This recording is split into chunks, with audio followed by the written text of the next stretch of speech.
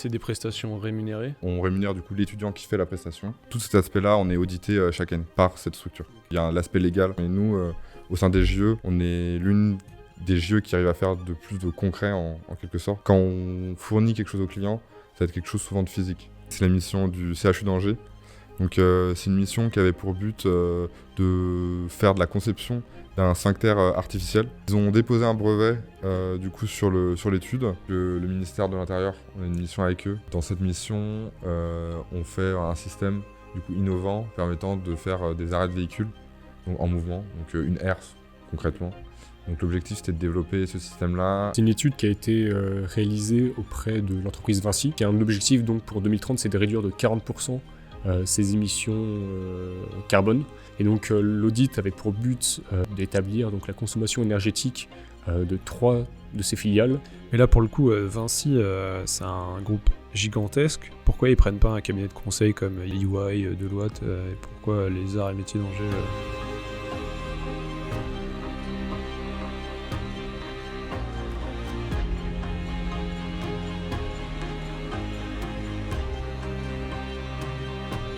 La junior entreprise, c'est un sujet assez important. Beaucoup de gens ne savent pas ce que c'est. L'idée, c'est vraiment dégrossir le sujet. Vous verrez que c'est un rôle très important. De plus en plus de jeunes rentrent dans les junior entreprises. Ça a une importance pour l'étudiant en tant que tel, pour vous, donc peut-être qui va regarder la vidéo, mais pas que. Pour les entreprises qui recherchent beaucoup de missions avec les junior entreprises.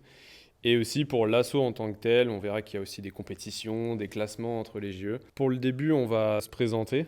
Peut-être que Kova, tu peux commencer, et puis après Yann et Hugo. Donc bonjour à tous, je m'appelle Kova Aminov et je suis un étudiant en deuxième année aux arts et métiers à Angers. Et donc je fais partie de la MJE, j'ai rejoint l'année dernière, donc là ça fait faire bientôt 1 an que je suis dans la structure. Donc moi c'est Hugo Simon, je suis étudiant en troisième année aux arts et métiers.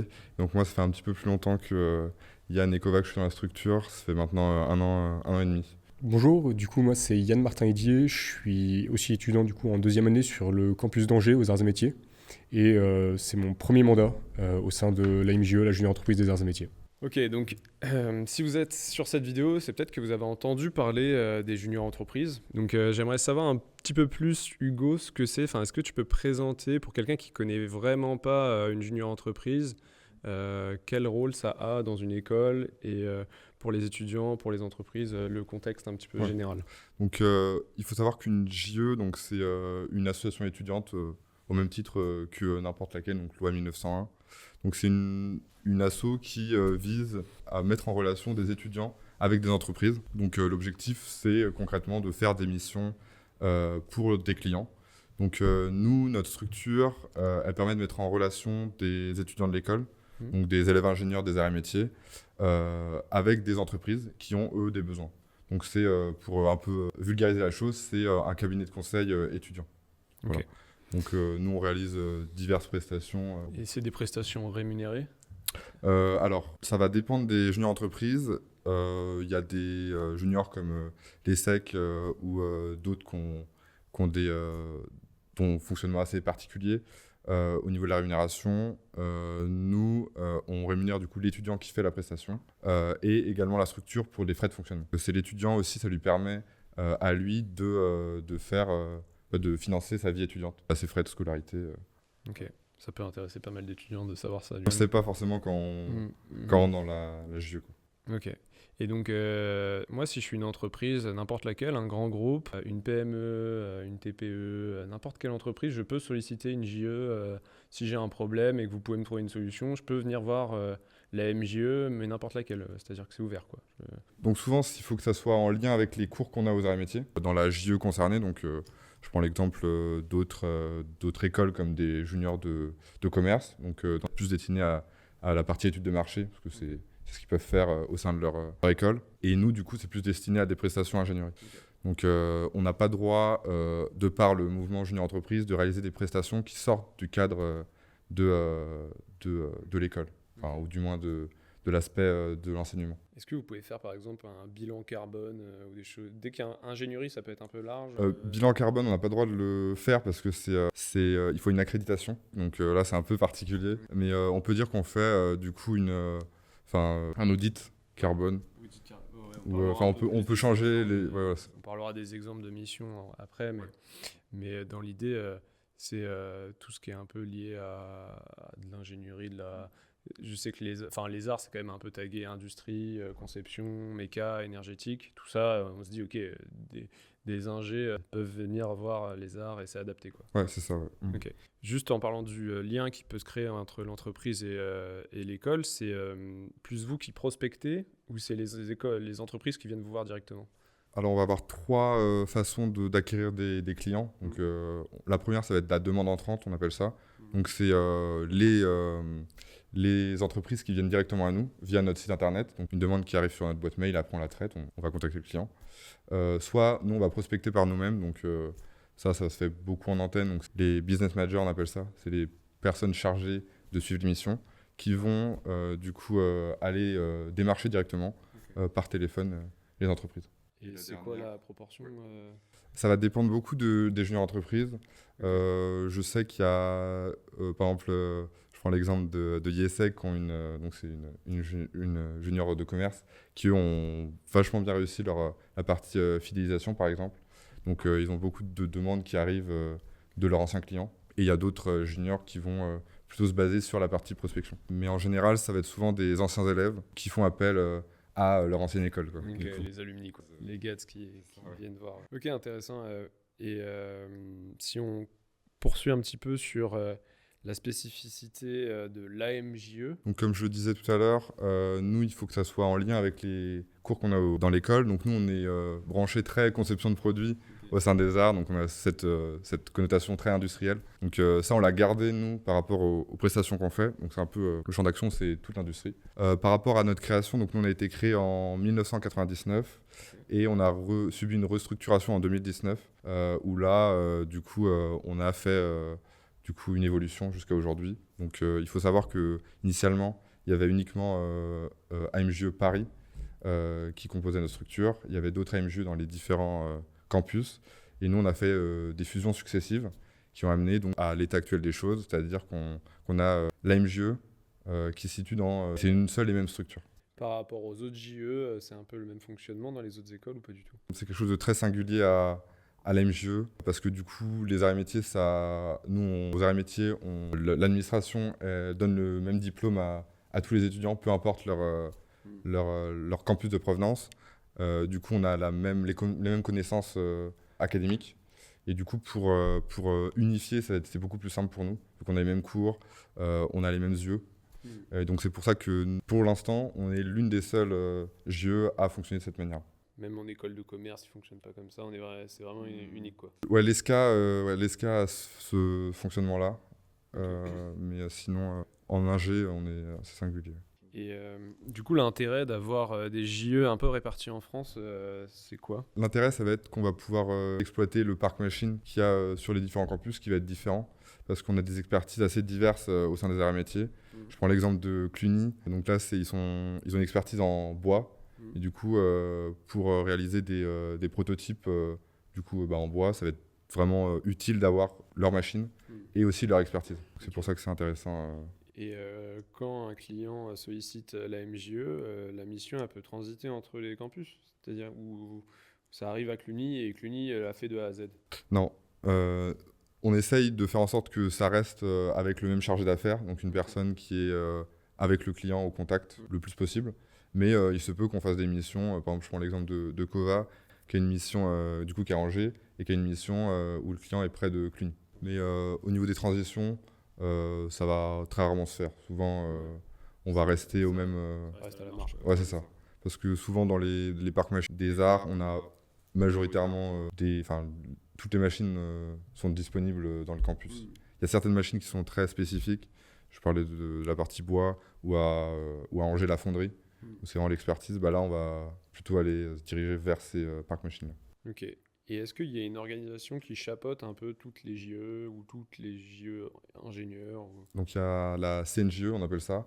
C'est la Confédération nationale des juniors entreprises. Donc c'est eux qui sont responsables, si je puis dire, de l'organisation, des normes. Donc la partie audit, on a un audit chaque année. Donc qui fait en sorte qu'on suive bien leur réglementation, que ce soit les signatures, la manière dont on va contractualiser avec le client. Donc tout cet aspect-là, on est audité chaque année par cette structure. Ok. Et les normes, elles sont importantes. Enfin, il y a beaucoup de choses à respecter ou pas? Ça va dépendre. Est-ce que les contrats et tout, tu dis il faut une signature, il faut que le contrat il présente certains éléments. C'est assez strict par rapport au fonctionnement. Ok. Après, ça va dépendre du ressenti de chacun. Bien sûr, il y a des gens qui trouvent ça très contraignant. Je sais qu'il y a certaines JE qui trouvent que le système est assez contraignant. Mais globalement, Ça vous empêche pas de faire votre mission non, tranquillement? c'est dans notre mission. Il faut quand même toujours garder ça en tête, qu'il y a l'aspect légal. Donc je pense qu'il y a cet aspect qui est très contraignant d'une certaine mesure. Mais ça nous apprend aussi à avoir cette rigueur-là dans le monde, dans l'entreprise plus tard, quoi. Donc ça, c'est un vrai... Même il y a des missions dont vous pouvez pas parler. Oui, bien sûr, ouais. Il y a des NDA. Donc on est soumis à Des clauses de confidentialité. Ok. Et ouais, ça se comprend parce que si vous trouvez des solutions techniques qui aident un client, bon, pas intérêt à le publier sur votre site. Ok. Du coup, la CNJE organise des événements qui vous rassemblent avec des prix, etc. Pour classer peut-être les JE entre elles. Parce que souvent, on entend, moi sur LinkedIn, je vois des posts MJE encore première, je fais oh stylé, je mets un pouce à chaque fois. Est-ce que ça se passe enfin, tu peux expliquer comment ça se passe, genre? Ouais, donc il faut savoir que la CNJE dont je parlais tout à l'heure, elle organise des congrès nationaux, donc 2 par an, donc le congrès d'hiver et le congrès d'été. Ok. Donc là, ça va être l'occasion pour nous de travailler sur des problématiques qui nous sont données par la CNJE. Donc on appelle ça des prix. Donc ça peut être sur divers sujets et diverses thématiques. Donc il y a notamment un prix que auquel on participe chaque année, c'est le prix de la meilleure étude en ingénierie. Ok. Donc ça, c'est le prix qui est délivré par Alten. Donc c'est un partenaire de... C'est quoi vos résultats un petit peu sur ce prix-là? Nous, on l'a gagné du coup en 2023, il me semble, et en 2025. On l'a gagné 2 fois.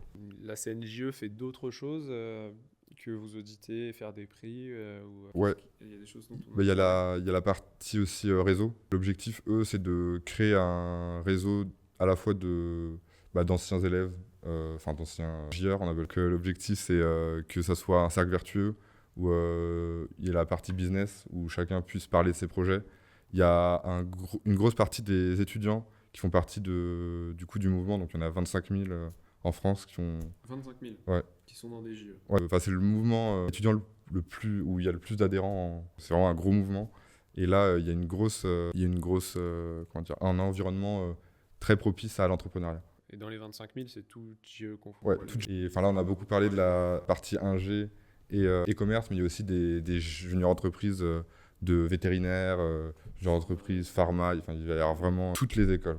Tout le monde peut, si vous êtes dans une école d'ingénieur, ou une école autre, vous pouvez monter. Dès que tu veux avoir un petit pied dans l'entrepreneuriat, l'entreprise de manière générale, ou juste financer tes études, tu peux être intéressé par... On parlera un petit peu après de pourquoi faire une JE, mais ce qui relie un peu toutes ces personnes, c'est ça, quoi. C'est ce côté... ok, j'avance un peu vers la sortie d'études. Il y a beaucoup ce côté-là. Après, quand tu parlais de partie financement, ça va beaucoup dépendre aussi du rôle. Par exemple, nous, à la MJE, les membres, ils sont pas... donc, c'est les administrateurs de la structure.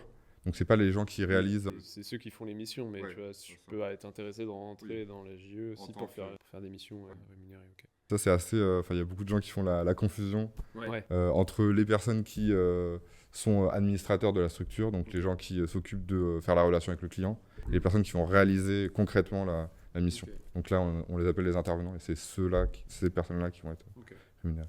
Et c'est organisé comment votre MJE, votre asso par rapport au pôle, ouais. Et du coup, Yann et Kova, je veux bien que vous me présentiez comment fonctionne la MJE en tant que tel, le bureau, et même comment vous interagissez aussi avec ceux qui viennent pour des missions. Je vous refile les micros. Alors vous aurez remarqué sur la vidéo, c'est qu'on n'a que 2 micros. Donc s'il y a des coupures de temps en temps, c'est juste qu'on se file les micros. Comme tu l'as dit Hugo tout à l'heure, c'est que la particularité donc, de la MJE, c'est l'organisation par antenne. Ce qui fait qu'on a une antenne sur quasiment tous les campus. Et donc il y a une organisation qui va être assez indépendante, un fonctionnement qui va être assez indépendant, bien qu'on soit relié donc, à la même structure, et à un unique bureau qui va donc fédérer toutes les antennes. Ensuite, en organisation au sein de l'antenne, on va avoir une partie commerciale qui va être présente dans chaque antenne et d'autres pôles qui vont permettre de faire vivre la junior entreprise et de gérer l'association qui vont être répartis sur les différentes antennes. Peut-être que Kova, tu peux nous présenter donc la partie plutôt commerciale. Oui, donc concrètement, le pôle commercial, c'est le cœur de chaque structure. La partie commerciale, c'est composé en majorité donc des business managers, ou qu'on appelle aussi chargés d'affaires. Donc concrètement, c'est des étudiants membres de la MIGE qui vont aller chercher des missions auprès des entreprises. Donc soit la mission a déjà un projet à donner, et donc c'est ce business manager qui va l'accueillir, soit il va lui-même prospecter et trouver des études. Donc cette personne, en fait, c'est l'interlocuteur entre l'entreprise et l'étudiant qui va réaliser la mission. Son rôle, il commence dès le début de la définition du besoin. Donc l'entreprise vient avec une mission, il va falloir concrétiser son besoin en un cahier des charges et en un projet concrètement. Donc ce chargé d'affaires, il va faire cette mission-là. Il va trouver un intervenant au sein de tous les étudiants des arts et métiers qui va juger assez compétent pour réaliser la mission. Il va aller dans cette mission, il va faire le suivi d'études, donc comme finalement en fait un chef de projet.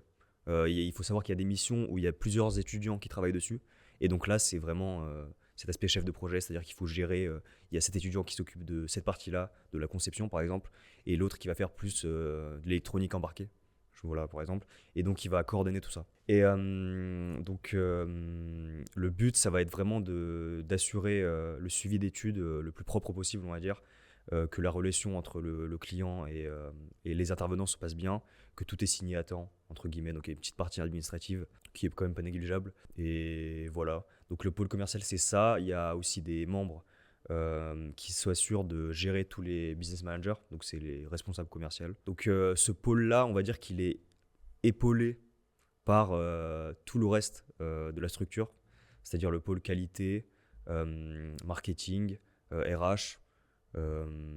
Tu peux en parler du coup, Yann, du reste. Oui, alors juste pour revenir du coup sur l'établissement du cahier des charges et du besoin client, en fait c'est le business manager qui va mettre en place donc, tout le planning, anticiper tout le planning, tous les besoins du client et s'assurer que ceux-ci vont être respectés durant toute la durée de la mission. Donc ça va passer notamment par des réunions hebdomadaires entre le client, l'intervenant et le chargé d'affaires pour s'assurer donc de l'avancée du travail effectué par l'intervenant et être sûr que ça convienne à l'entreprise et que ça respecte en effet le cahier des charges. Donc il y a là aussi un aspect prise de responsabilité responsabilisant vis-à-vis du membre de la junior entreprise qui, comme tu le dis, devient chef du projet finalement et s'assure de sa faisabilité. Concernant les autres pôles, donc il y a en effet le pôle marketing qui va donc plus viser à promouvoir la junior entreprise, donc ça passe notamment par les réseaux sociaux, principalement LinkedIn ou Instagram, et aussi effectuer la communication via la newsletter qui a été mis en place ou le site internet. On va aussi avoir qualité, donc lui extrêmement important dans la mission, puisque comme l'a dit Hugo tout à l'heure, on fait appel à des aspects contractuels dans nos missions. Donc le pôle qualité doit s'assurer que tous ces aspects contractuels sont en effet bien vérifiés et respecte le cahier des charges régi par l'AGI. Ensuite, on a le pôle système d'information qui, lui, vise à développer donc, l'aspect informatique lié à la junior entreprise. Donc là, on a en effet une base de données, toute une organisation qui doit être centralisée via nos systèmes informatiques. Et ça s'est passé notamment par le développement d'un ERP, donc un outil de gestion de l'association l'année dernière, qui nous a permis de centraliser toute notre association, d'études, la gestion de la base de données de nos clients, de nos intervenants. Donc c'est par cet outil-là qu'on a pu établir des indicateurs de performance vis-à-vis de la junior entreprise qui donc nous permettent d'avoir un suivi continu sur sa gestion. Et on a aussi donc le trésorerie, donc là qui s'allie plutôt donc à la gestion de l'association et ce développement. Donc là on a des flux de trésorerie qui vont être très réguliers, notamment avec la rémunération des entreprises et la rétribution qui va être ce qui fait que c'est un pôle quand même qui est très actif au vu de son activité. Moi je trouve ce qui est intéressant, c'est qu'il y a vraiment de tout pour tout le monde. Donc quel que soit le profil de l'étudiant, Ce qui est incroyable, c'est qu'il trouvera vraiment quelque chose à faire dans une JE. Moi, je sais que si j'avais pas fait commercial, ça m'aurait sûrement intéressé le pôle trésorerie. Parce que, qu'en fait, quand on est étudiant et enfin, la trésorerie, quand on étudie l'ingénierie, comme par exemple tout ce qui est compta, c'est un monde différent, c'est vraiment un monde à part. Et je sais que en entreprise, ça sera forcément utile, quel que soit le poste, entre guillemets. Donc, on découvre vraiment des compétences liées au monde de l'ingénieur ou au monde de l'entreprise même, globalement, quel que soit le pôle dans lequel on est. Donc ça, je trouve que c'est assez incroyable, cet aspect-là. Même le pôle ici, développer un ERP comme ça, bon, je pense que Hugo pourra plus en parler, mais c'est quand même un taf qui est très très intéressant. Qui est très professionnalisant en vue des étudiants et donc monter en compétences au-delà des cours qu'on a donc en école et qui nous permettent donc de découvrir d'autres aspects de l'entreprise et de l'entrepreneuriat. Et donc personnellement, je ne suis pas alternant, mais je commence à avoir déjà une vision de ce qu'est une entreprise sans ayant fait beaucoup de stages. Et je comprends donc tous les tenants et aboutissants qui permettent à une entreprise de fonctionner. Et c'est vrai que ça permet donc de développer des compétences, comme tu le disais, au-delà de nos cours en ingénierie. Ouais. J'aimerais rebondir sur ce que tu viens de dire, du coup, Yann, par rapport à la montée en compétences. Je suis totalement d'accord avec toi et je pense un truc qui est super intéressant en junior, c'est que ça nous permet vraiment d'entreprendre par nous-mêmes. C'est-à-dire qu'on a de l'argent au sein de la structure et si on souhaite développer un projet au sein de l'association, on est libre de le faire. Enfin, en tout cas, nous, ça donne la liberté à tous nos membres de pouvoir faire leur projet. Que ce soit, si c'est une personne qui est intéressée par faire de l'automatisation via une 8N, je pense que cet exemple-là, on peut lui donner accès du coup à tous ces outils de manière gratuite, à la fois pour lui, compétences, pour développer ses projets à côté, pour l'association, pour avoir des plus performants. On parlait de l'ERP tout à l'heure. Nous, c'est un gros projet qu'on a eu là depuis un an. Donc l'objectif, nous, c'est un ERP qu'on a sur Airtable. Donc c'est 100% personnalisable. Donc toutes les interfaces, c'est nous qui les créons. Et donc ça, c'est vraiment très utile pour nous car on va centraliser tout vraiment au même endroit, d'automatiser pas mal de tâches. Même par rapport au monde de l'entreprise, on voit qu'on a une certaine avance par rapport à l'utilisation de ces outils informatiques-là. On voit que nous, la structure JE, elle est beaucoup plus agile qu'une grosse structure type EDF ou Enedis, pour prendre l'exemple de ton entreprise. Donc c'est vraiment un moment, je pense, pour les étudiants d'entreprendre et de développer leur propre projet. Ouais, je trouve ça très intéressant que vous ayez des outils aussi performants parce que Airtable, c'est utilisé par des entreprises très modernes et qui sont à la pointe aujourd'hui. Je le vois concrètement dans mon métier, pour vous le dire. Et c'est des outils parfois où les grands groupes sont un peu jaloux de ne pas pouvoir les installer aussi rapidement. C'est-à-dire que souvent nous on est sous Microsoft avec des énormes licences payées pour des années et des années, avec des milliers de personnes qui travaillent dessus, donc l'inertie est totalement différente. Donc moi je me souviens au hasard, on utilisait un logiciel d'Asso Systèmes qui est 3D Experience, et ce logiciel là il est utilisé que par les meilleures entreprises du secteur, quoi. Vraiment, et on se rend compte que n'importe quelle boîte de bureau d'études où ils font des plans en 3D, ils utilisent plutôt CATIA, l'ancienne version, que 3D Experience. Donc, un exemple tout bête via Airtable, via 3D Experience, qu'en école, on a l'occasion de travailler sur un peu des logiciels du futur, hein, pour être très clair, qu'en entreprise, il n'y a toujours pas. Parce que ça prend 5-10 ans à se développer un outil. Déjà, il faut fiabiliser tout ce qui est cyber, etc. Ça, c'est des couches hyper importantes.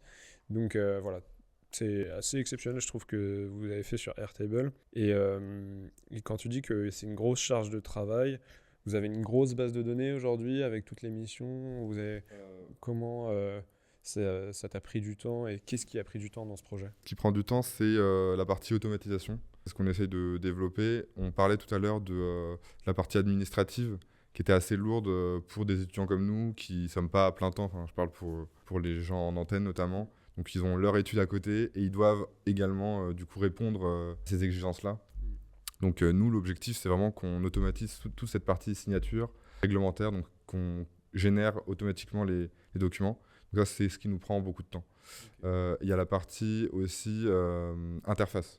Parce qu'il faut qu'on puisse, vu qu'on a un fonctionnement en antenne, l'objectif c'est que tout le monde puisse agir sur notre base de données à distance et que tout ça soit mis à jour en temps réel. Toute cette automatisation, cet environnement, il faut le développer. Et vu que c'est quelque chose de démarrage table, concrètement, on a juste des bases de données vides et c'est à nous de tout créer. C'est pour ça que c'est dur à mettre en place et c'est très fastidieux et long, quoi. C'est le travail de beaucoup de cabinets de conseil, de transformation digitale. Beaucoup font ça. Et énormément d'entreprises le demandent parce que en termes de performance, avoir tout centralisé entre toutes les antennes en France, c'est beaucoup plus facile pour travailler ensemble. Ouais, c'est clair. Ok, merci beaucoup pour l'exemple. Donc je me rends bien compte que ça développe l'esprit d'entrepreneuriat.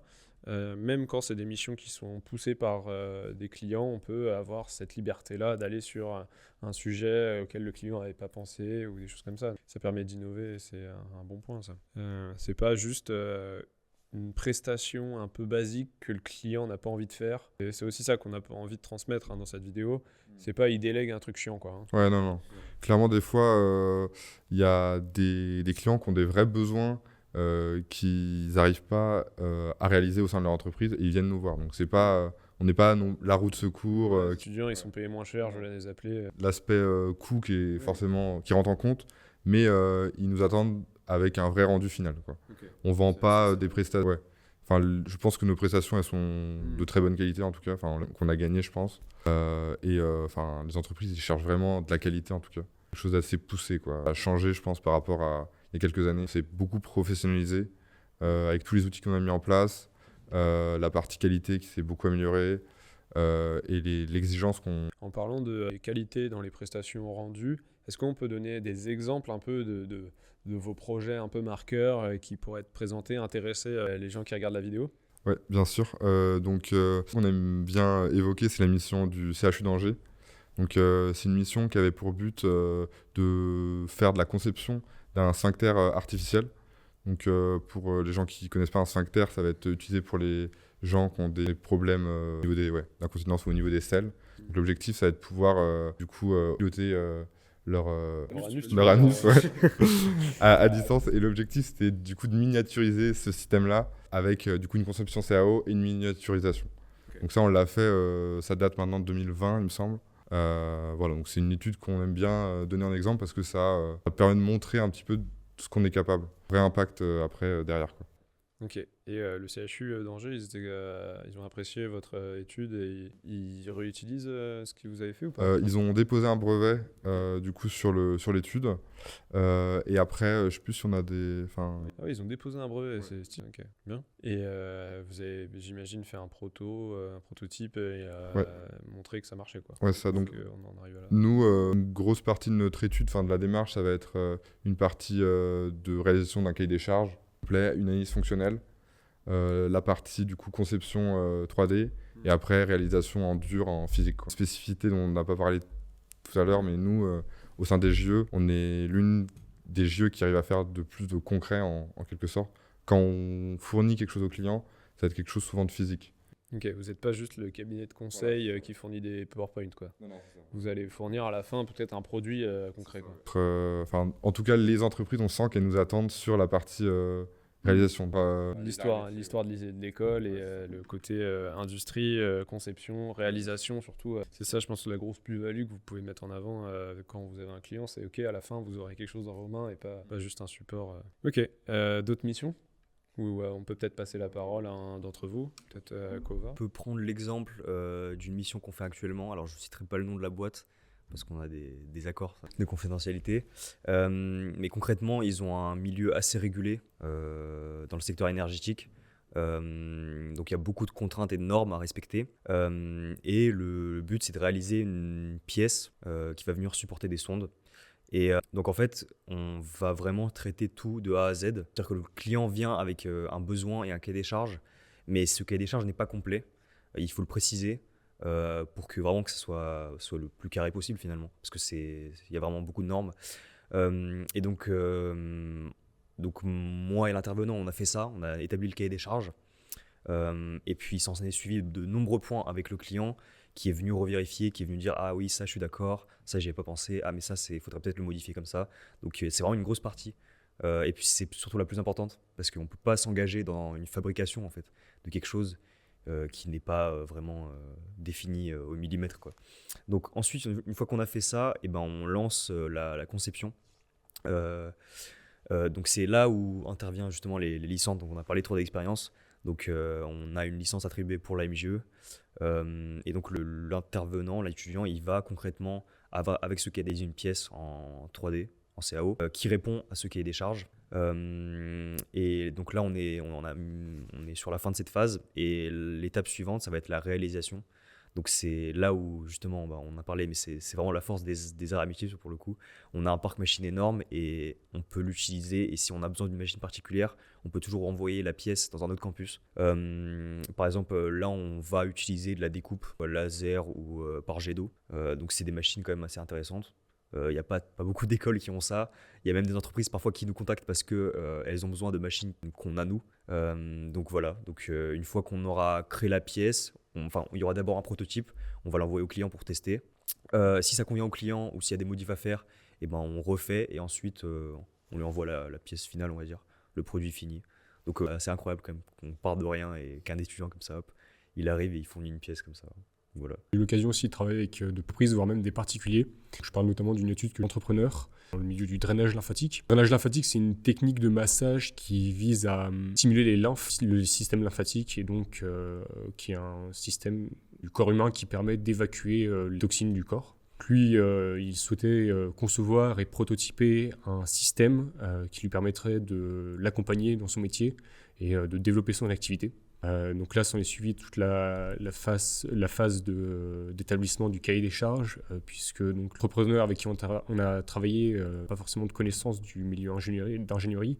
Donc on a dû l'accompagner de Tambou pour la réalisation et la conception de ce produit-là. On a puis une phase d'état de l'art en fait, pour s'inspirer de systèmes qui peuvent exister dans d'autres domaines et pouvoir chercher à les adapter à son application pour pouvoir réaliser ce prototype. Donc enfin, on a réalisé le prototype, les simulations et ce système-là. Lui, personnellement, lui a permis de monter des dossiers, notamment pour rejoindre un incubateur d'entrepreneurs, aussi déposer un brevet vis-à-vis de ce système-là, et aussi évidemment pour lever des fonds pour développer cette activité-là. Aujourd'hui, la conception, elle est en vogue d'amélioration, évidemment, pour pouvoir être industrialisée et pouvoir être commercialisée dans les mois ou années à venir.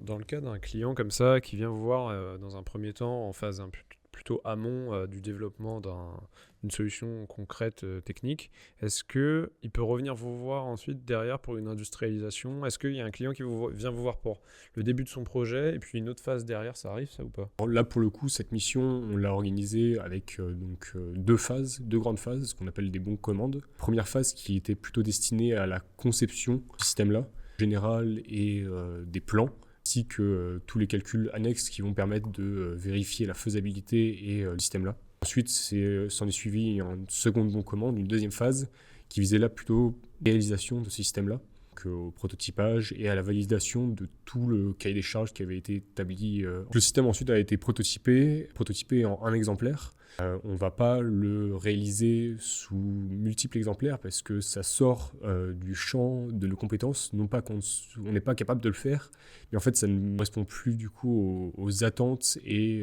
d'attentes d'un élève ingénieur. Donc ça sort des compétences de l'étudiant en quelque sorte. Maintenant, ce qu'on peut faire si le client est amené à vouloir industrialiser ce prototype-là, peut l'accompagner dans le développement donc, des procédés industriels à mettre en place pour pouvoir développer ce produit dans de plus grandes séries. Ça passe notamment par le parc machine qu'on a pour réaliser par exemple des moules d'injection plastique et ensuite pouvoir essayer ces moules d'injection plastique pour valider cette phase d'industrialisation qui ensuite pourront être utilisées pour produire de plus grandes séries par cet entrepreneur. Merci Yann pour cet exemple. Juste avant la vidéo, on discutait d'un audit énergétique. Est-ce que tu peux un petit peu en parler? C'est une mission un peu différente ou peut-être que là il n'y a pas un livrable concret palpable, mais là aussi vous pouvez en faire. Vous êtes assez à l'aise avec ce type d'étude? C'est une étude qui a été réalisée auprès de l'entreprise Vinci qui a un objectif donc pour 2030, c'est de réduire de 40% ses émissions carbone. Et donc l'audit avait pour but d'établir donc, la consommation énergétique de 3 de ses filiales. Et là, ça touchait plusieurs aspects de l'entreprise, que ce soit les bâtiments, le parc automobile, aussi la consommation des collaborateurs de l'entreprise ou la sensibilisation qu'ont les clients de Vinci vis-à-vis de l'aspect énergétique. Une mission qui s'est prolongée sur plusieurs mois et qui avait pour but donc, de accompagner dans la stratégie de Vinci pour 2030 cette réduction dans l'impact énergétique. L'avantage, c'est qu'OSA, on a une expertise qui est plutôt orientée vers le développement durable, et donc on peut faire appel à ces étudiants-là dans le but de profiter donc, de leur spécialité et de leurs compétences vis-à-vis de cet aspect-là. Et là, c'était un audit énergétique sur leur process industriel ou sur leur bâtiment, sur tout C'était plutôt donc sur le fonctionnement de l'entreprise en tant que telle. Ah oui, c'est hyper large en fait. Je te l'ai dit, ça pouvait aller jusqu'à la sensibilisation des clients, et donc ça c'est par des... Et là, pour le coup, Vinci, c'est un groupe gigantesque. Pourquoi ils prennent pas un cabinet de conseil comme EY, Deloitte, et pourquoi les arts et métiers d'Angers On n'est pas pour concurrencer non plus les cabinets de conseil, on n'a pas ni leurs compétences ni leur expertise, on reste des étudiants, donc on travaille dans le champ de nos possibilités. Maintenant, pour eux, c'est toujours intéressant d'avoir cet aspect-là plutôt académique vis-à-vis des compétences d'étudiants, et de profiter aussi de l'ensemble des compétences, donc une vision plutôt nouvelle en fait de l'étudiant qui arrive sur le projet et qui découvre en fait un regard neuf. Un regard neuf, exactement, et avoir ce fonctionnement académique. Et je comprends, mais Compléter par rapport à cette mission, c'était pas le parc complet Vinci, c'était bien sûr juste une usine. J'ai entendu c'était des filiales, 3 filiales. 3, ok. Et une usine ou 3 filiales du coup, c'est 3 filiales à 3 sites. Ouais. Ok. C'est pour ça qu'on va pas, comme tu le disais, on va pas concurrencer EY. Ouais. On se positionne plus en amont d'un vrai bilan carbone que va pouvoir faire des entreprises type EY. On va pas avoir un bilan carbone certifié parce qu'on n'a pas la possibilité de le délivrer, quoi. Okay. Donc on va se positionner en amont de... Ok. Du coup, Hugo, toi, est-ce que tu as une mission, tu as parlé de l'ERP tout à l'heure, mais est-ce que tu en as une qui vient en tête pour clôturer un petit peu une autre, ou sinon on s'arrête là et on passe plutôt à moi genre il y a des questions sur votre volume d'activité, mais après... Par rapport à une mission que j'ai faite, donc là ça date, c'était l'année dernière, mais c'était du coup une mission avec Renault. Donc c'était un peu en lien avec l'ERP. Leur but, c'était de réorganiser leur base de données. Eux, ils avaient une base de données qui était un petit peu dispersée à droite à gauche via des fichiers Excel.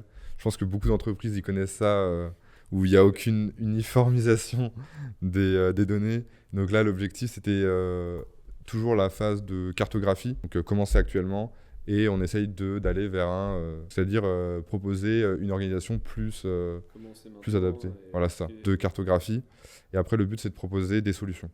Donc nous, on ne développe pas en tant que telle la solution, mais on va chercher à trouver donc, la solution, donc faire un benchmark concrètement, qui permet de répondre au mieux aux besoins. Donc là, concrètement, eux, ils voulaient rester sur la suite Microsoft. Donc on n'avait pas la possibilité d'aller vers un ERP type Airtable, ou surtout vu que c'était un volume très important.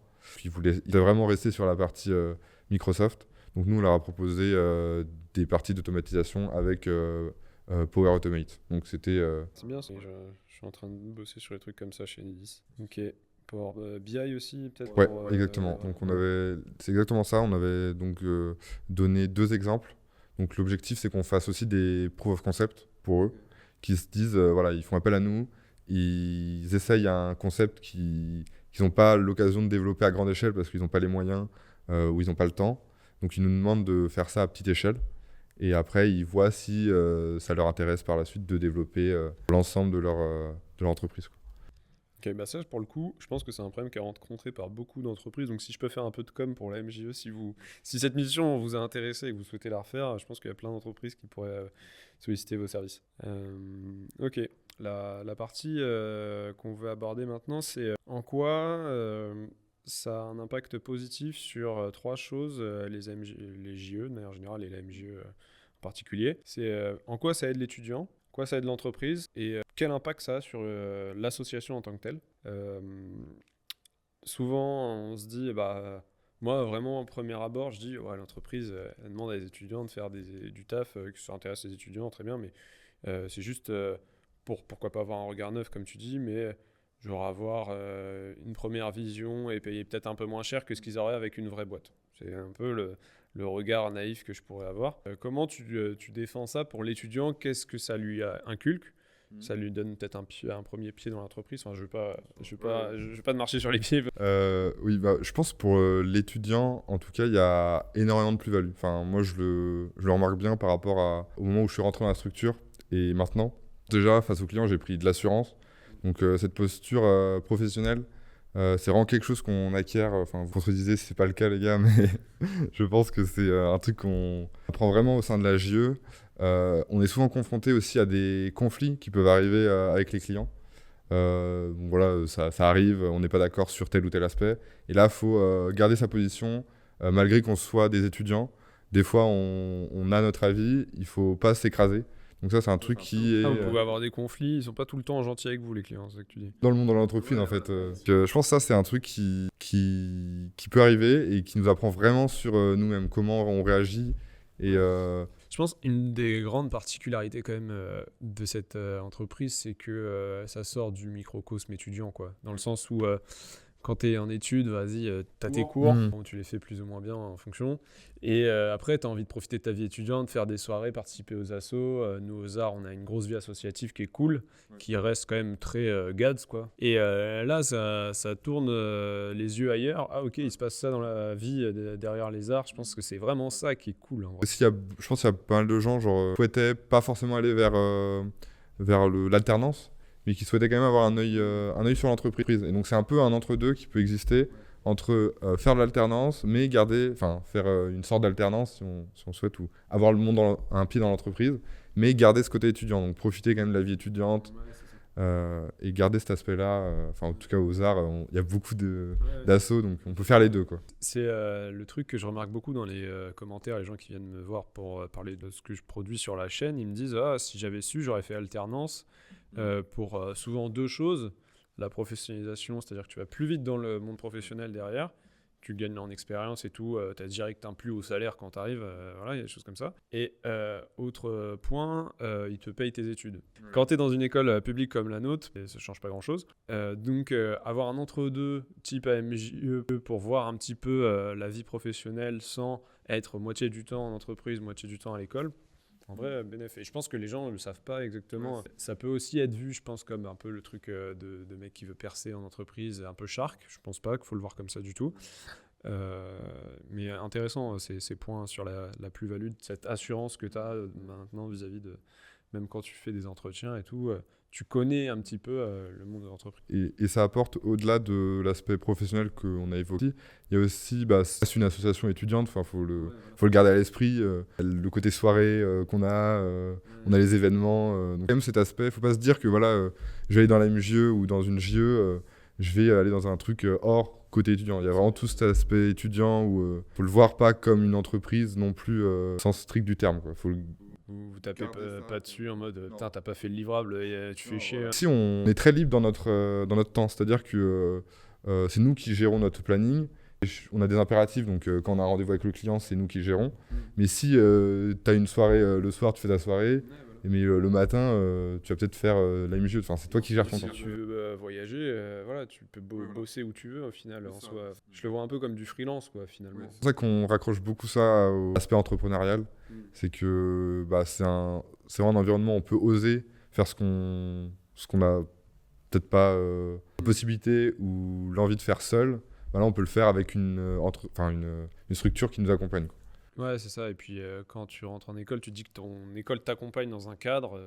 On a des semestres bien fixés. Aux arts, je me souviens que moi, c'était GIE, GIM, peut-être vous avez encore ça. Et on attend que tu répondes à tous les yeux bien comme il faut, que tu aies plus de 10 partout, sinon c'est rattrapage. C'est très cadré quand même. On est quand même dans de l'école pure, quoi. Là, au moins, on te donne une mission, un taf, tu te gères, quoi. Genre, tu t'organises comme tu veux, tu le fais plus ou moins bien. C'est ce qu'on évoquait tout à l'heure avec Kova.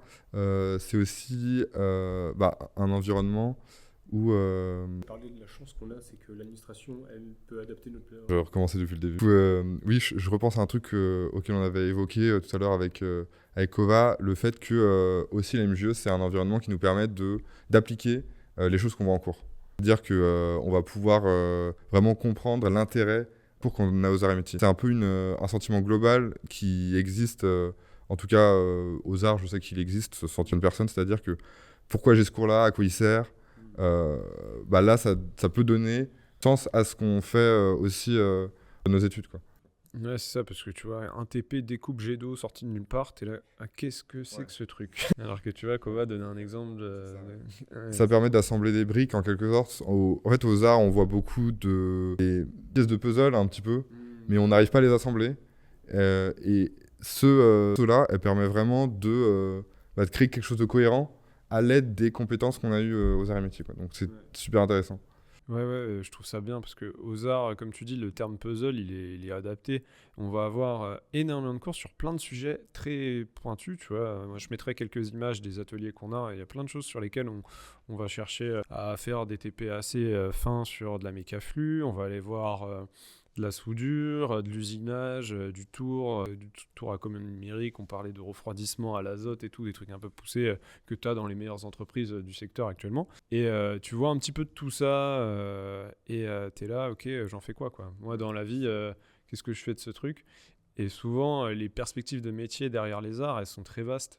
Du coup, là aussi, tu te dis peut-être que j'utiliserai je me raccrocherai à 2-3 branches que j'ai eues aux arts. Et là, tu le fais directement avant d'avoir ton premier CDI, quoi. Hyper intéressant. Du coup, le point positif sur l'étudiant, Yann, tu voulais dire complète, ouais. L'avantage, c'est quand même qu'on est très soutenu quand même par l'administration des arts et métiers. Que c'est assez récent, mais on a la possibilité, ils nous ont donné la possibilité d'adapter notre planning en fonction des besoins qu'on a à l'association. On n'y passe pas 30 heures par semaine, certainement pas, mais c'est vrai qu'on essaye quand même de s'adapter au planning des clients, et ce qui fait qu'on peut parfois avoir des réunions en pleine journée, et donc ce qui peut préférer le planning des... Je me souviens que le planning des cours aux arts est quand même bien dense. Début des cours à 7h45, TP, parfois on finit à 18h et tout.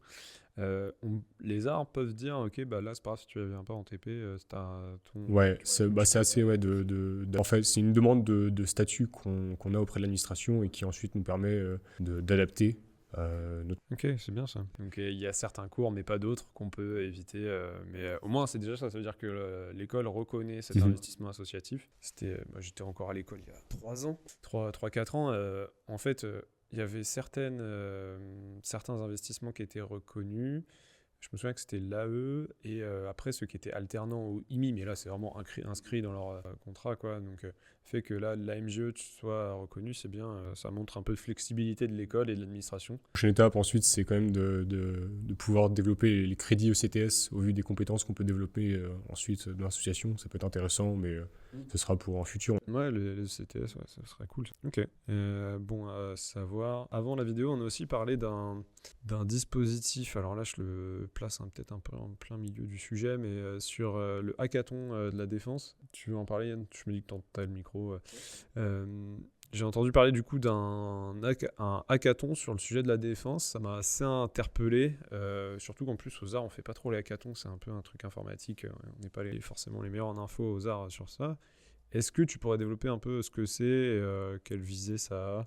J'ai vu qu'il y avait des grandes écoles qui étaient intégrées là-dedans. Alors le hackathon, donc, il s'intègre dans un projet plus global de la MJE, qui est un projet à impact positif qu'on réalise tous les ans. Donc cette année, on l'a axé sur le thème de l'industrie de la défense, donc toujours dans le thème de l'industrie, puisque ça reste quand même le motif des arts et métiers. Et le thème de la défense, ça fait référence donc au contexte géopolitique actuel.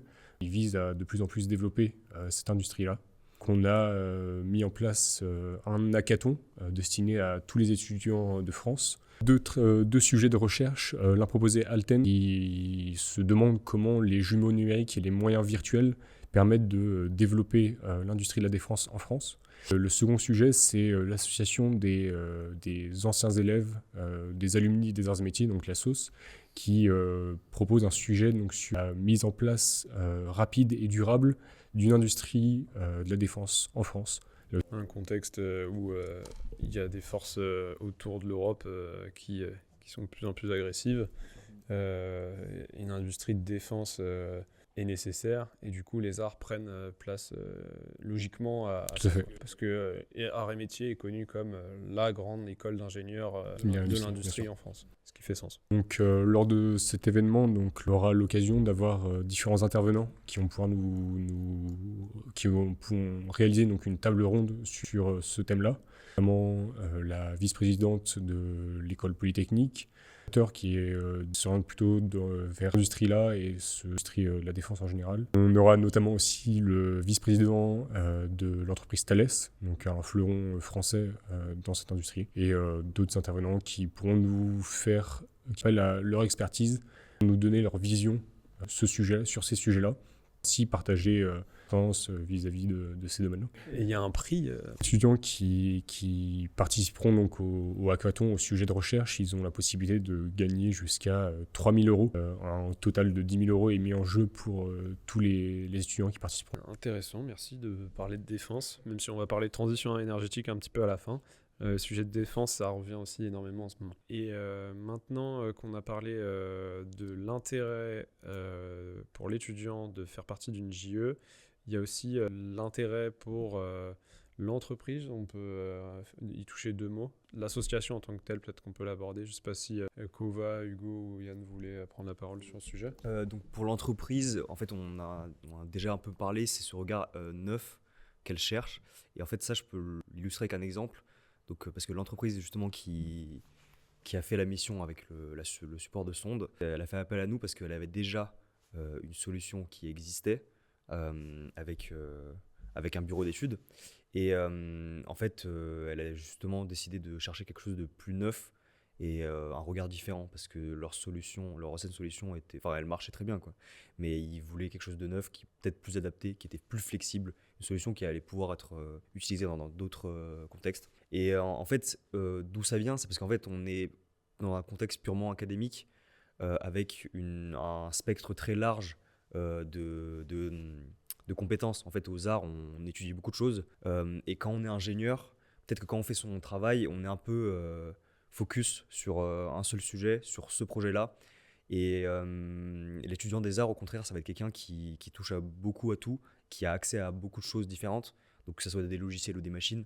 Et donc ça peut justement apporter une solution nouvelle. Et je pense que c'est une des forces, en fait. C'est pour ça qu'on nous contacte. C'est qu'un étudiant qui est immergé comme ça crée quelque chose de différent. Le deuxième plus gros point, c'est le parc machine. Bon, on l'a déjà dit 25 fois, mais c'est peut-être vraiment le point le plus important. C'est qu'il y a des entreprises qui viennent vers nous parce qu'elles n'ont pas accès à certaines machines et que nous, on sait les utiliser. Et donc, c'est dans ce cas-là, c'est vraiment avantageux pour eux. Je pense l'aspect, du coup, nous, on a accès aux dernières nouveautés. Donc là, on parlait tout à l'heure de l'ERP. Nos cours, ils sont à jour par rapport à ce qui se fait de mieux et ce qui répond au mieux à l'entreprise, au monde de l'entreprise. Donc, dans l'exemple de la partie Lean Management, beaucoup de cours de Lean au sein des arts et métiers. Et c'est quelque chose qui, je pense, manque beaucoup aux entreprises. Chercher chez nous nouvelles méthodes ou les nouvelles manières d'organiser l'entreprise. Comment, actuellement, dans d'autres pays, les choses qu'on apprend nous en cours, comment on pourrait les développer dans leur entreprise. C'est intéressant que tu parles du Lean parce que c'est un sujet qui est prépondérant dans toutes les entreprises. Pour rappel, le Lean, c'est rendre un processus le plus optimal, on pourrait dire ça. Ça vient de Toyota. Il y a plein d'autres variantes du Lean, hein. Il n'y a pas que ça. Il y a le côté amélioration continue, suppression de l'inutile, la méthode des 5S, le Kaizen, tout ça, ça me rappelle des souvenirs. Est-ce que là aussi vous avez aidé des entreprises à mettre en place des démarches Lean ou c'est juste que dans vos cours vous avez du Lean et donc vous l'appliquez de manière un petit peu implicite Je pense qu'on s'est rendu compte cette année qu'on sous-exploitait cet aspect-là. Et c'est d'ailleurs la directrice du campus d'Angers qui nous avait fait la remarque sur le fait que par rapport à nos prestations qu'on proposait, on avait totalement laissé ce côté amélioration de l'organisation, un peu pragmatique. C'est quelque chose qu'on a essayé de développer cette année. Je suis en train de discuter avec un client marocain concernant du coup l'optimisation d'une chaîne de production avec l'aspect donc gestion des flux. Et avant, il faudra qu'on fasse un peu l'aspect lean management. Du coup, les flux de l'entreprise via un logiciel qui s'appelle Flexim, qu'on utilise au sein des arts et métiers. On a des cours là-dessus. Et une fois qu'on aura du coup réalisé l'existant sur ce logiciel-là, après on pourra préconiser du coup des améliorations en fonction de tout ce qu'on pourra observer sur le terrain. Donc là, c'est plus une démarche lean qu'on va adopter par la suite. C'est quelque chose qu'on essaye en tout cas de développer. Et dans vos cours, il y a des grands enjeux comme ça qui ressortent plus que d'autres que vous mettez en place. En ce moment, on parle, le gros problème un peu pour les ingés, c'est beaucoup la transition énergétique. Là, depuis le conflit en Ukraine, il y a la défense qui revient beaucoup. L'isolationnisme américain fait que la France se retrouve à devoir développer, accompagné de ses alliés européens, des armes, honnêtement. Les arts et métiers sont intégrés dans des démarches de transition énergétique et de défense, avec l'exemple de l'hackathon. Le côté justement transition énergétique, vous le voyez encore, c'est pas la défense qui vient remplacer la transition énergétique un petit peu ou... Pas vraiment. Nous, il y a du coup, il y a un an de ça, on avait changé notre business unit, notre prestation, notre offre de prestation, dans lequel on avait introduit au sein de notre business unit une partie environnementale. Donc c'était l'aspect amélioration, accompagnement vers du coup l'amélioration environnementale, la réduction d'impact environnemental, pardon. Okay. Donc là, on l'avait intégré. L'objectif, c'était de mettre en place des analyses de cycle de vie pour soit les productions qu'ils réalisent, afin qu'ils puissent du coup changer par exemple le matériau de leur système, afin qu'ils soient plus... Ça reste un grand enjeu du moment. Après, pour être honnête, c'est pas non plus l'émission qu'on fait le plus souvent, parce que je pense que, en tout cas, les visions extérieures qu'on a, c'est pas forcément une vision de on prend à bras le corps le... on a plus une vision. Très industrie. Je pense qu'on va moins nous chercher sur ces aspects-là que d'autres écoles peut-être. Ok. Et de manière générale, ça reste, comme tu disais, Cova, le parc machine, le côté concret, innovant, où on va de A à Z de l'idée jusqu'au produit qu'on vient chercher chez la MJE. Ok. C'est les fondamentaux, quoi. J'ai une question que j'ai pas posée tout à l'heure, peut-être avant de conclure et donner un peu vos retours d'expérience personnelle et quelques conseils pour les gens qui nous regardent. C'est le volume d'activité en termes de chiffre d'affaires de la JE. Est-ce que vous avez combien de missions vous avez, combien d'argent ça représente, c'est quoi les volumes? Par rapport au volume qu'on va faire, nous en année on va faire une 60aine d'études de grandeur type. Et par rapport du coup au chiffre d'affaires, ça va différer bien sûr d'année en année. Nous cette année on est assez performant je pense par rapport aux années précédentes. On a 240 000 € en 6 mois. Et l'année dernière, en 1 an, ils avaient fait 256. On a réussi presque, pour l'instant, à doubler le chiffre d'affaires. Il y aurait peut-être moyen de doubler. L'objectif final, là, à terme, c'est d'atteindre les 350 à 400 000 € de chiffre d'affaires. Et vous comptez sur une année scolaire? Nous, notre début d'année fiscale, elle commence le 1er juin. Okay. Arrivé à la moitié, quoi. Ok, ouais, c'est quand même pas mal, 60 études. Combien de personnes participent à tout ça? Par rapport au volume, du coup, on est 10 membres à peu près. Okay. Et par rapport aux intervenants, on en fait intervenir centaines. Ok. Et ça fait à peu près une affaire par personne, presque. C'est ça, ouais. C'est ce qu'on essaie de faire. Il y a souvent des personnes qui peuvent revenir sur d'autres affaires, mais des fois, il peut y avoir plusieurs sur la même mission. Moi, je pilote une mission avec ICAD, c'est une entreprise foncière, et du coup, là, ils sont 3 intervenants. Au niveau du panier moyen, là, actuellement, on est environ à 8 000 €. 8 000 € par étude. Pour l'année dernière, où on avait un panier moyen faible. En fait, pour moi, c'était. Quand j'étais en école, c'était plus de 1 000 € l'étude. Ouais, l'année dernière, nous, on était à 1 200. Cette année, on a des. Pourquoi vous êtes payé aussi cher? Qu'est-ce qui se passe? Vous vendez Ça dépend des missions qu'on fait, ouais. En fait, on a beaucoup de missions qui durent sur une grande période. Ok. Ouais, ok. C'est des missions où il y a plus de travail, donc forcément. Et aussi, on a une grosse partie fidélisation. Donc, des clients qui nous ont fait confiance une fois À la suite de ça, ils sont plus à même à main aux portes. Ouais, ils se disent, ok, ils ont été contents, pourquoi une fois, pourquoi pas deux. Notamment avec le ministère de l'Intérieur, on a une mission avec eux. Ok, ils vous demandent quoi c'est privé ou... Donc dans cette mission, on fait un système du coup innovant permettant de faire des arrêts de véhicules donc en mouvement, donc une herse concrètement. Donc l'objectif c'était de développer ce système-là, tout en garantissant du coup les normes sécuritaires. L'objectif c'est qu'on fasse un benchmark, c'est toujours un peu la même structure qu'on adopte. On regarde les solutions qui peuvent être applicables. Et après, une fois qu'on les a sélectionnés et vus avec le client, on essaye de le développer en CAO. De conception, on l'a terminé. Et là, ils sont en train de faire le prototype. Ok. Voilà. Donc, en sécurité, arrêter un véhicule. Ok, intéressant. C'est pas la herse que t'envoies avec des clous, là. C'est un truc... C'est donc le ministère de l'Intérieur qui était venu vers nous pour faire... Et ça montre en vrai le sérieux de votre association. Quand le ministère de l'Intérieur vient voir une association d'étudiants, c'est que, quand même... que vous avez prouvé par le passé que on pouvait vous faire confiance. Ils ont été étape par étape et là on voit qu'on est au même bon de commande. Donc, je pense aussi, il y a une vraie force des arts et métiers, c'est que plein de profils au sein des arts, malgré qu'on ait une dominante conception, une dominante industrielle, on a vraiment des profils qui vont pouvoir se dégager. Le mec il va être vraiment spécialisé, il va avoir fait dans sa chambre de la conception électronique, chose qu'on ne fait pas forcément aux arts. Et là il va avoir ces compétences-là qu'on va pouvoir vendre aux clients. Cette phase de recherche des profils, super intéressant.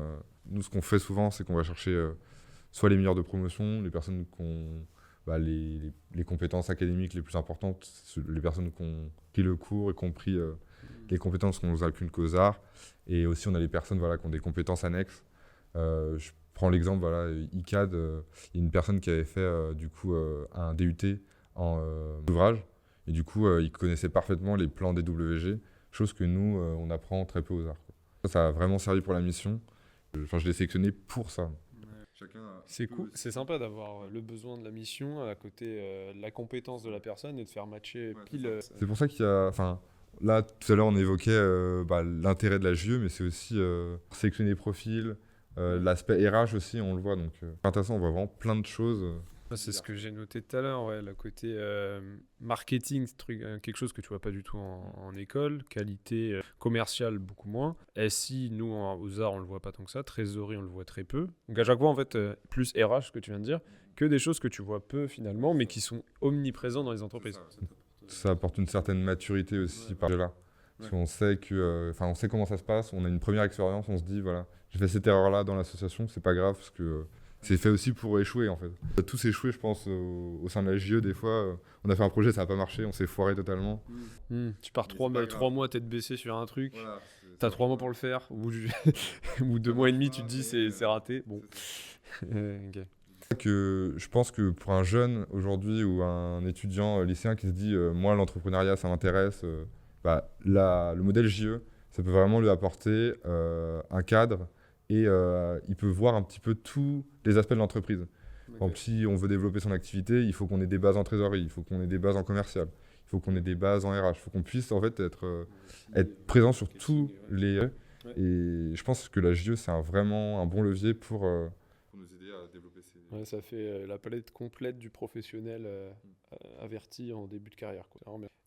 Pour conclure, si ça vous va, messieurs, j'aimerais que chacun d'entre vous partagiez ce qui vous a plu et ce qui ne vous a pas plu dans la JE. Les plus et les moins. Pour commencer, les points positifs personnels, je pense, ça va être surtout le développement, pour rebondir sur ce que vous avez dit, des soft skills, compétences, en particulier les compétences relationnelles qu'on va avoir vis-à-vis du client. Pas mal de temps en relation directe avec le client et on comprend mieux ses besoins et donc ça implique toutes sortes de soft skills qui vont être vraiment nécessaires dans le milieu de l'entreprise et que j'ai eu l'occasion d'anticiper en quelque sorte en pouvant les expérimenter directement dans l'ingénierie entreprise. Enfin, ça me plaît vraiment puisque j'ai pu découvrir un nouveau métier qui est accessible depuis. Le métier d'ingénieur, c'est le métier plutôt du conseil et je fais notamment référence aux entreprises partenaires de l'ingénierie entreprise, que ce soit EY, Alten ou Kia, qui nous accompagnent dans le développement de notre association et qui permettent aussi de réaliser qui nous fournissent des formations en fait et leur expertise dans la gestion de leurs projets.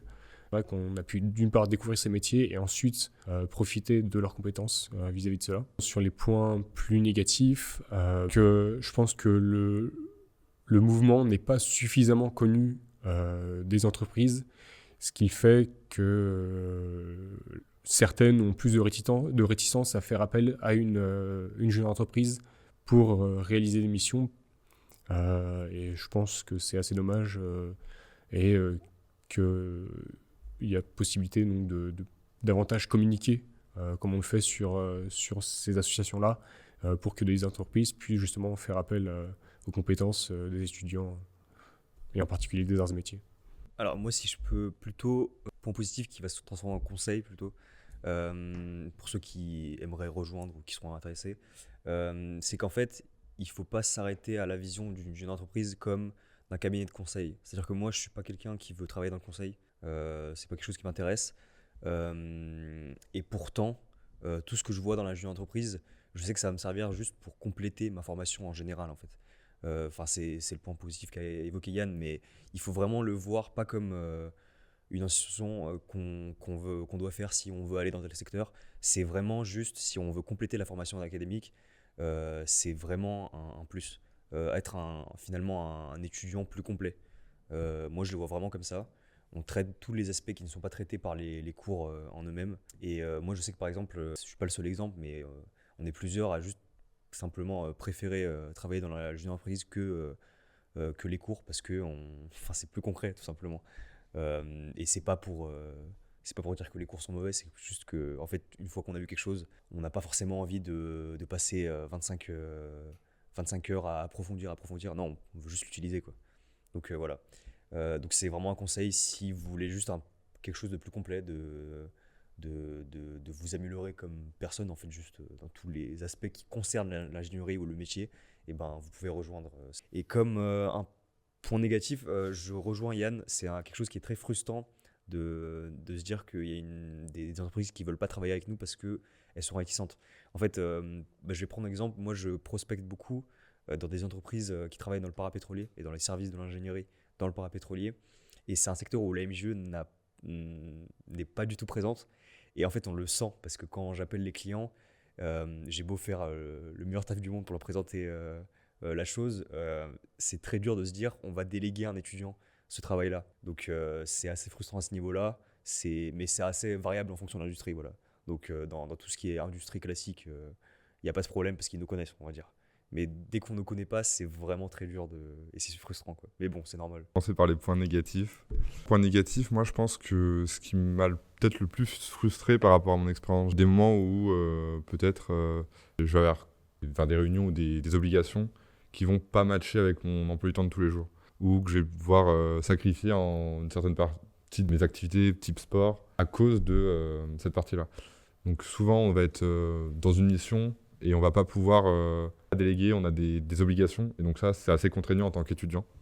On s'engage à suivre une mission, il faut être présent pour le client, s'il nous appelle, enfin moi j'ai un client qui m'appelle très régulièrement, il m'appelle limite tous les 3 jours, j'y réponds quoi. Et ça c'est assez contraignant, donc gardez ça à l'esprit. Et je pense par rapport aux points positifs, moi ce que je retiendrai, au-delà de l'aspect professionnel, de l'aspect posture qu'on a évoqué tout à l'heure, vrai aspect social, et incroyable parce qu'on rencontre des gens qui viennent de diverses écoles. On parlait du mouvement tout à l'heure. Là, on a vraiment l'occasion de rencontrer des gens d'autres mondes, qui ont une manière de penser vraiment autre que l'ingénieur. Parce que nous, je pense qu'on vit avec et on échange avec des gens dans notre microcosme un peu d'ingénieurs arts et métiers. Mais ça permet vraiment d'ouvrir les portes et les champs à une autre manière de penser, une autre manière de réfléchir, une autre manière de voir la vie, tout simplement, quoi. Donc ça, je pense que c'est un vrai plus que j'ai adoré en ingénierie entreprise. J'aime beaucoup ton ouverture sur ce côté rencontre de personnes différentes et sortie du microcosme. Parce que j'ai l'impression que c'est un peu ce qui revient beaucoup dans ce qu'on dit là, depuis le début. Et la partie humaine a été peu abordée. On était en train de dire, oui, on voit l'organisation RH, on voit le marketing, on voit le commercial, qu'on voit peu, mais ces secteurs-là sont aussi représentés par des gens, et en face, ça sera pas toujours un GADS alumni qui vient à la JE, vous pouvez pas me faire cette pièce, je me souviens que vous avez une super machine. C'est pas que ça, c'est aussi des gens qui réfléchissent différemment, Et pour moi, un bon ingénieur, c'est un ingénieur qui comprend les manières de réfléchir qui sont différentes des ingés, tu vois, qui va discuter avec n'importe quel type de profil en entreprise. Et là, pour le coup, tu le dis que vraiment, tu as vu ça en JE. C'était pas uniquement que des ingés en face de toi. Donc vraiment... Par des choses, il parlait de ça tout à l'heure, Yann, sur le fait qu'il avait fait face à un client qui n'était pas ingénieur. Donc là, il fallait trouver les mots, trouver le wording, comme on dit, pour lui expliquer les choses. Donc là, c'était toujours... c'est une compétence de savoir expliquer son métier ou comment on processe. C'est ça, la pédagogie, finalement. Ne pas apparaître hautain, rester humble, voilà quoi. Ça, c'est hyper important aussi. Parce que quand tu arrives en entreprise, c'est la base. Donc, et parfois, les gens ne l'ont pas et ça peut être préjudiciable. Comment se comporter face aux autres aussi. On peut avoir notre manière de penser et il ne faut pas avoir comment l'autre peut... comment on perçoit la chose. Donc ça c'est vraiment... Ouais, souvent, c'est une erreur classique, c'est se dire que les gens en face de toi pensent comme toi. C'est pas forcément le cas. Merci en tout cas pour ces retours d'expérience, pour ces Rex. Ouais. C'est très, très appréciable d'avoir vos avis et puis votre point de vue sur qui est finalement assez personnel, mais qui se retrouve dans l'organisation en général. Vous avez eu vos missions, vos visions différentes et c'était hyper intéressant en tout cas comme échange. Donc merci beaucoup. Dites-vous aussi que ces vidéos-là sont disponibles en podcast sur toutes les plateformes de podcast, donc n'hésitez pas à aller les voir, surtout que là la vidéo sera sûrement assez longue. Et n'hésitez pas à soutenir la chaîne. Je vous invite à vous renseigner sur ce que fait l'AMJE, donc ce que font de manière générale les juniors entreprises, l'AMJE et les arts et métiers. Merci les gars pour ce moment et à bientôt.